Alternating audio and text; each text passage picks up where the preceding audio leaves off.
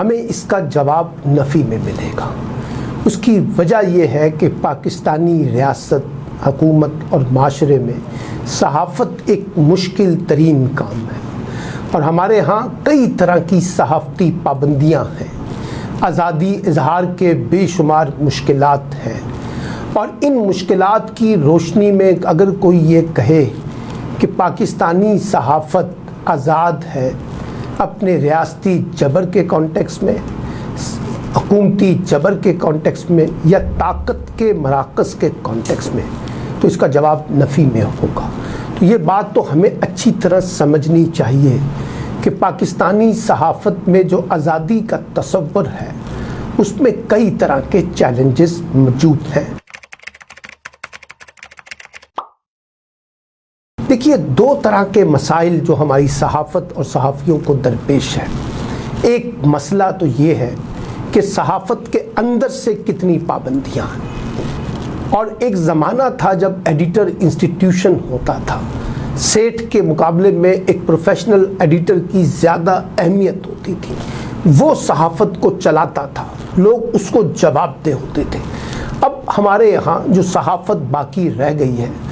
اس میں ایڈیٹر کا انسٹیٹیوشن عملی طور پہ ختم ہو گیا ہے، جس کی وجہ سے سارے معاملات سیٹ کے اختیارات میں آ گئے ہیں، سیٹ کے پاس اختیارات ہیں، اور سیٹ اس کو اپنے مالی مفادات، کاروباری مفادات، سیاسی مفادات کی روشنی میں دیکھتا ہے۔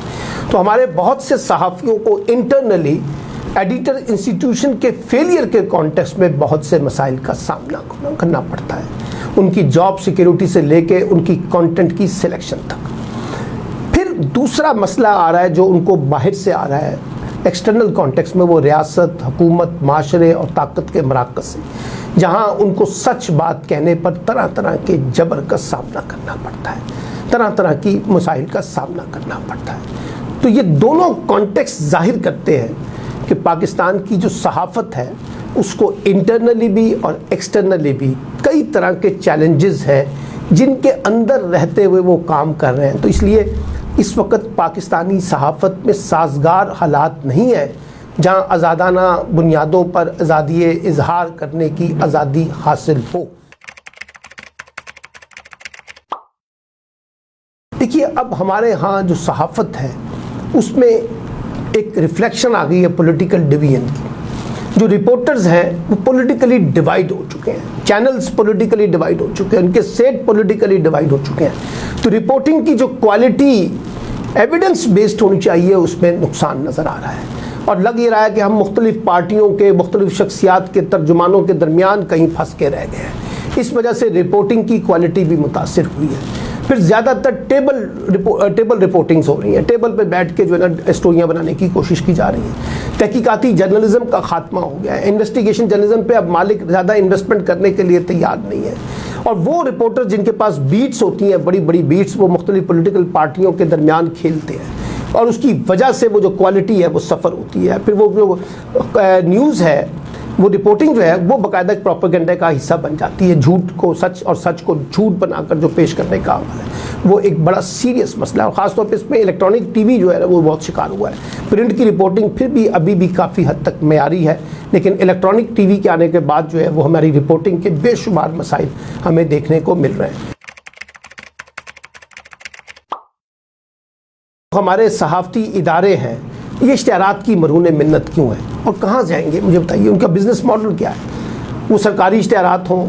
وہ کمرشل اشتہارات ہوں، اشتہارات آئیں گے تو پیٹ بھرے گا، اس لیے سب کے سب لوگ اشتہاری کمپنیوں کو، مالیاتی کمپنیوں کو اور ریاست کے اداروں کو اور حکومت کو خوش کرنے میں لگے رہتے ہیں تاکہ ہمیں اشتہارات کی بھرمار مل سکے اور ہمارا پیٹ بھر سکے۔ اور صحافی بھی یہ سمجھتا ہے کہ جب اشتہارات ملیں گے تو اس کو تنخواہیں ملیں گی، اور جب بھی ہم نے دیکھا کہ اشتہارات کی بندشیں ہوئی ہیں تو نزلہ بھی جو ہے نا وہ بہت زیادہ ہمارے صحافیوں پہ گزرا ہے، ان کی تنخواہوں کو روکا جاتا ہے، تنخواہوں کو کم کیا جاتا ہے، بے روزگار کر دیا جاتا ہے۔ تو یہ سارے کے ساری ڈپینڈنسی جو ہے وہ اشتہارات کی بنیاد کے اوپر کھڑی ہوئی ہے۔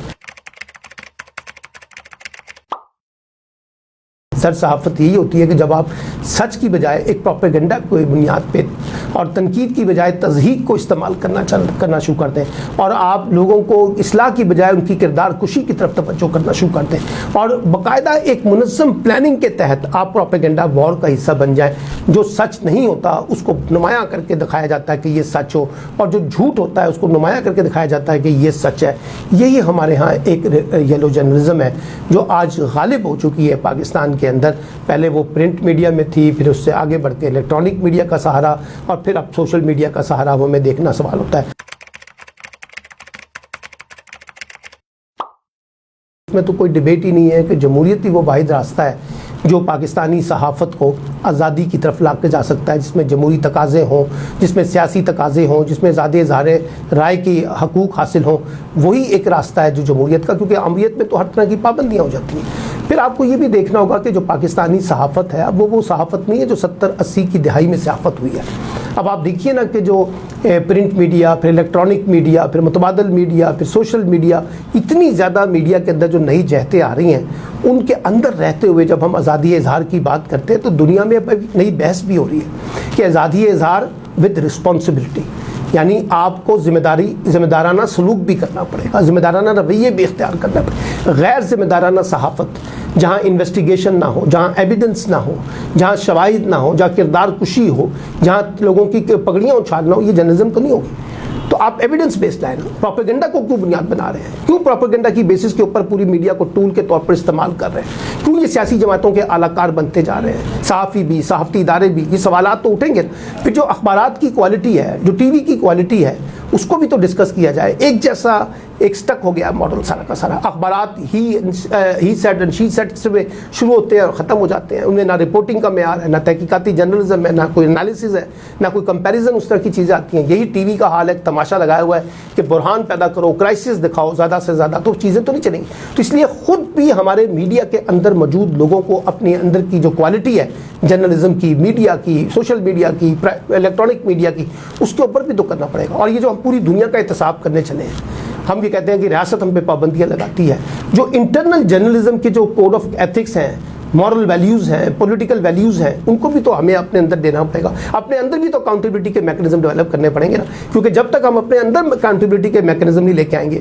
جب تک ہم اپنے معیارات کو درست نہیں کریں گے، جب تک ہم اپنا احتساب نہیں کریں گے، جب تک ہم اپنی اصلاح نہیں کریں گے، جب تک ہم اپنے اندر ڈیموکریٹک جسچر نہیں لے کے آئیں گے اور لوگوں کو سیکیورٹی نہیں دیں گے، سوشل پروٹیکشن نہیں دیں گے جرنلسٹوں کو، تو پھر کیسے ہم باہر کا مقابلہ کر سکیں گے؟ تو اگر آپ باہر کا مقابلہ کرنا چاہتے ہیں تو آپ کو اندر کے لوگوں کو زیادہ مضبوط بنانا ہوگا، جب کانٹینٹ کو زیادہ اہمیت دینی ہوگی، جرنلزم کو زیادہ اہمیت دینی ہوگی، آپ اپنے ایویڈنس کو زیادہ لے کے آئیں اور لوگوں کو ایجوکیٹ کریں، لوگوں کو ڈس انفارمیشن نہ پھیلائیں، لوگوں میں پروپیگنڈا نہ کریں، لوگوں کو ایجوکیٹ کریں، اوپینین میکر بنے نا۔ آپ تو پارٹی میکر بن گئے ہیں۔ تو میں سمجھتا ہوں کہ بہت سی چیزیں ہیں جو خود میڈیا کے اپنے اندر بھی اصلاح کرنے کی ضرورت ہے، اور میڈیا کی اپنی آرگنائزیشنیں جو ہیں ان کو بڑا رول پلے کرنا پڑے گا۔ انفارچونیٹلی ہماری میڈیا کی آرگنائزیشنیں بھی ڈیڈ ہو چکی ہیں عملی طور پر، وہ کام نہیں کر رہی جو ان کو کرنا چاہیے۔ سیٹ بھی نہیں کر پا رہا، ادارے بھی نہیں کر پا رہے، بڑے بڑے ایڈیٹر انسٹیٹیوشنز جو ہیں وہ فیل ہو چکے ہیں۔ تو بہت سا سیریس کرائسس ہے پاکستانی میڈیا کے کانٹیکس میں، جو اس بات کا تقاضا کرتا ہے کہ پاکستان میں